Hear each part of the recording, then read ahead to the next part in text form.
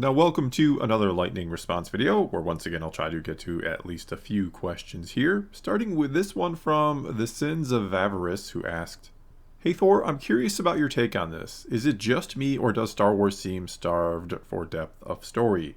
Now I totally understand that Star Wars' audience will always be geared towards kids.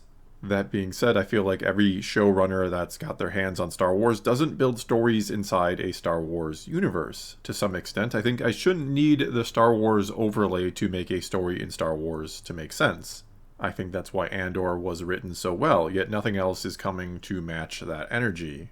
Sometimes I dream that someone tells someone to get Hidetaka Miyazaki in as a showrunner, even though he's a story developer for video games. Still, it would be a breath of some fresh air over what we get smashed over the head with repetitively from Hollywood Star Wars. At least for me, anyways. As always, enjoy your videos, dude." And first of all, I do agree with you that some of the Star Wars stories or shows from Disney Plus these days feel very shallow. Like they're made purely for the spectacle and lack any real substance or meaning. The perfect example, I think, is the Kenobi series. I was hoping that it would be this sort of smaller scale introspect that dug deep into the mind of Obi-Wan and what his life is like on Tatooine. And though, sure, to be fair, it does do that a little bit, I think. It gets a little into his mind and showed his life a bit and all that. But it felt like the priority was more to be a surface level jaunt around the galaxy that exists mainly to have Kenobi and Vader fight again and to bring in a young Leia, more so than to tell a good, solid story. Though I do think there could easily be one there if they wanted to find one, if they looked a little harder for it and trusted that the audience would be interested in something, again, more smaller scale or more introspective, especially when it comes to such a beloved character and actor like Obi-Wan and Ewan. You would really think fans would sign up for something, again, that was really personal to the character. Though, then again, maybe I am wrong about that. Maybe your average Star Wars fan doesn't want a small story. Maybe they just want lightsabers and space battles and force powers and the spectacle above all else. Or maybe I should say that without all the cool stuff, it's just not Star Wars to them. Not that they don't necessarily want the substance to it all too. I would really hope they do, that it does take more than a lightsaber or two to make them love it. Only that it needs the big spectacle or it's not Star Wars to them regardless of anything else. And I mean, certainly the reaction some had to Andor surprised the hell out of me. How some flat out rejected it, not necessarily because they thought it was a bad show, though sure, some did think it was bad or boring, and to each their own, I suppose. But a lot of fans seemed to reject it or didn't like it, mainly because to them it didn't feel like real Star Wars. Because it didn't have all the usual hallmarks of Star Wars, if you will. And so if you are Disney and Lucasfilm, the reaction to Andor had to be rather confusing, because there are a lot of fans out there who absolutely love and praise the show and call it some of the best Star Wars anywhere ever, that think Andor is nothing short of a masterpiece. Even most critics seem to think it was something pretty special, and they praised it. However, the watch time on Disney Plus, as far as we know, it wasn't the greatest. It didn't get a ton of watch time. And you also, again, had plenty of fans out there saying it wasn't even real Star Wars. So again, if you're Disney and Lucasfilm and you're trying to figure out Star Wars, well, what do? You have a highly praised show critically and some fans that really, really love it, but then you have some fans saying it's not even Star Wars. Though I do think it's interesting to note that despite viewership for the Obi-Wan Kenobi series being very good, and the fact that Ewan McGregor is not only willing but kind of eager to come back for another season of it, he's flat out said he wants to do it and that fans should even let Lucasfilm know that they want another season. Yet despite all that, and despite the fact that you have the actor willing to do it, a very legacy character and actor when it comes to Star Wars, there are no plans for it. Almost as if, as crazy as it may sound, Disney and or Lucasfilm realized that, though yes, viewership was there, it actually wasn't the greatest show ever, and that a lot of those who watched it the first season, I should say, they're not going to be there for a second season. And so I think this all leads to what is probably the most difficult question for Disney and Lucasfilm to try and answer or figure out when it comes to Star Wars, which is, how do you even make Star Wars? What is the formula they're supposed to use? When they embrace the spectacle, like Kenobi, sure, lots of people seem to watch, and sure, many people did enjoy it, but many also seem to be rather unhappy with it. And when they embrace substance and don't go all in on the spectacle like Andor, though in all reality, Andor looks pretty amazing. It just doesn't have lightsabers and Force users and all that, again, kind of cool stuff. But when they don't do that, many say it's not Star Wars enough and they don't watch it that way either. And well, to be honest here, I don't think there is or should be a one-size-fits-all approach to Star Wars. I think it's okay, great even, that different shows have different appeal or try to be kind of different things. That not all Star Wars feels 100% the same, as the original question even basically pointed out. I would love to see some more unique approaches to Star Wars, as well as, sure, more sort of classical approaches, if you will, Jedi versus Sith and big space battles and all the cool stuff. I like that stuff as well. I just don't think substance should take a back seat to it. In other words, I think there's room for many different stories told many different ways in Star Wars, and I do lean more towards the idea that Star Wars is a setting and not a genre, though I do think there are perhaps certain types of stories or styles of stories that are not very well suited for Star Wars, while others are perfect for it, given what Star Wars is all about at the core, given what Lucas created it for, given that, yes, it is about the battle of kind of good versus evil.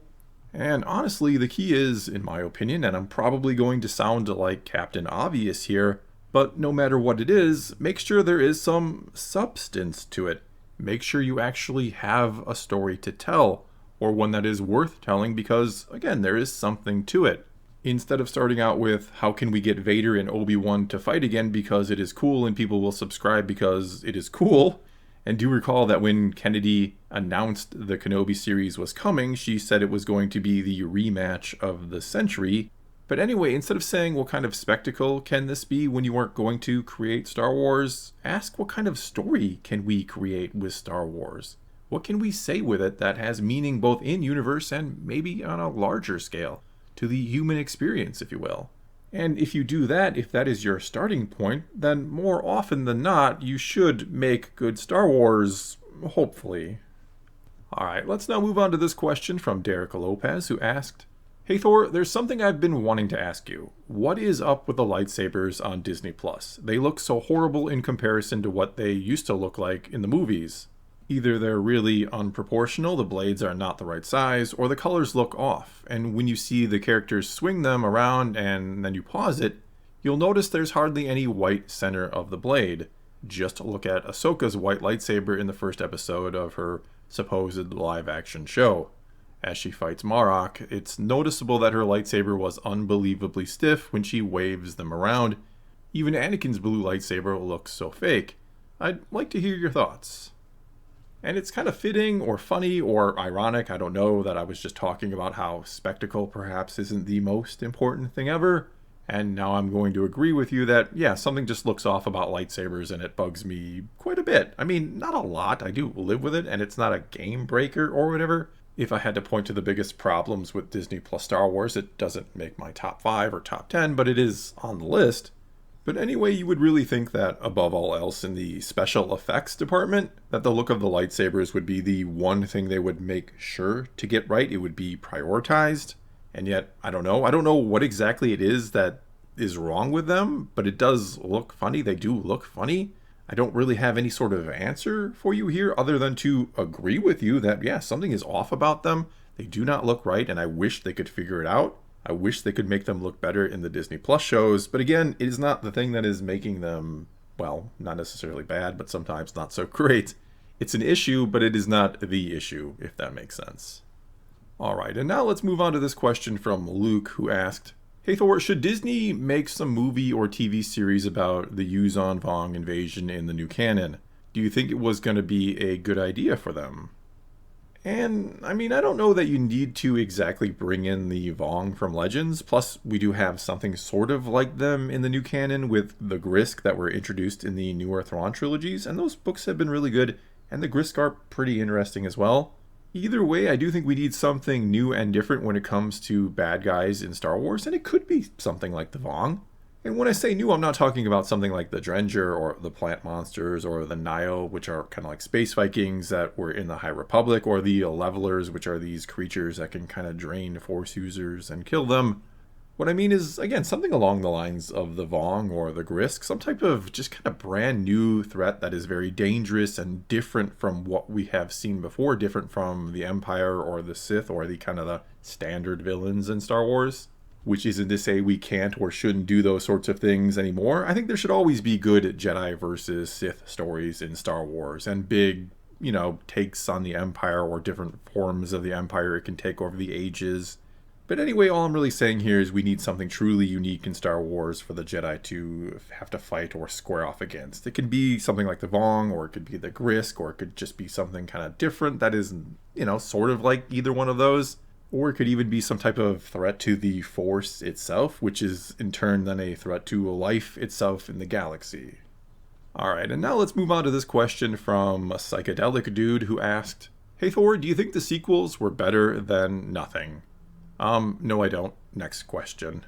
But seriously, I don't think they were better than nothing. I think, as I've kind of said before, if you were going to get one thing right in Disney Star Wars, it needed to be the sequels. You needed that to be the thing you got right above all else, not the thing that exists and is better than nothing.